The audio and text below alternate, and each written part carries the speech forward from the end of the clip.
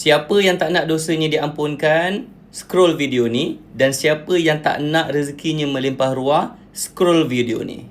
Beruntung kepada yang stay dalam video ini sebab saya nak kongsikan satu kalimat yang mana kalau kita ucapkan, segala dosa kita diampunkan walaupun sebanyak buih di lautan.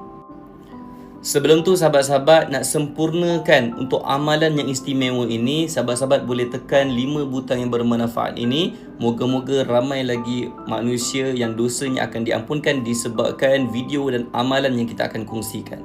Amalannya mudah sahaja, sahabat-sahabat. Nabi SAW bagi tahu, barang siapa yang mengucapkan La ilaha illallah wallahu akbar wala haula wala quwwata illa billahil aliyil azim, segala dosanya sebanyak buih di lautan akan diampunkan oleh Allah Subhanahu wa taala. Tidak ada manusia pun yang tidak berdosa dalam dunia ini. Moga-moga dengan sebab ini rezeki kita melimpah ruah, kita punya dosa diampunkan oleh Allah Subhanahu wa taala. Banyak-banyakkan ucap kalimah tersebut dan jangan lupa sahabat-sahabat sebarkan video ini sebanyak-banyaknya, moga bermanfaat insya-Allah. Assalamualaikum.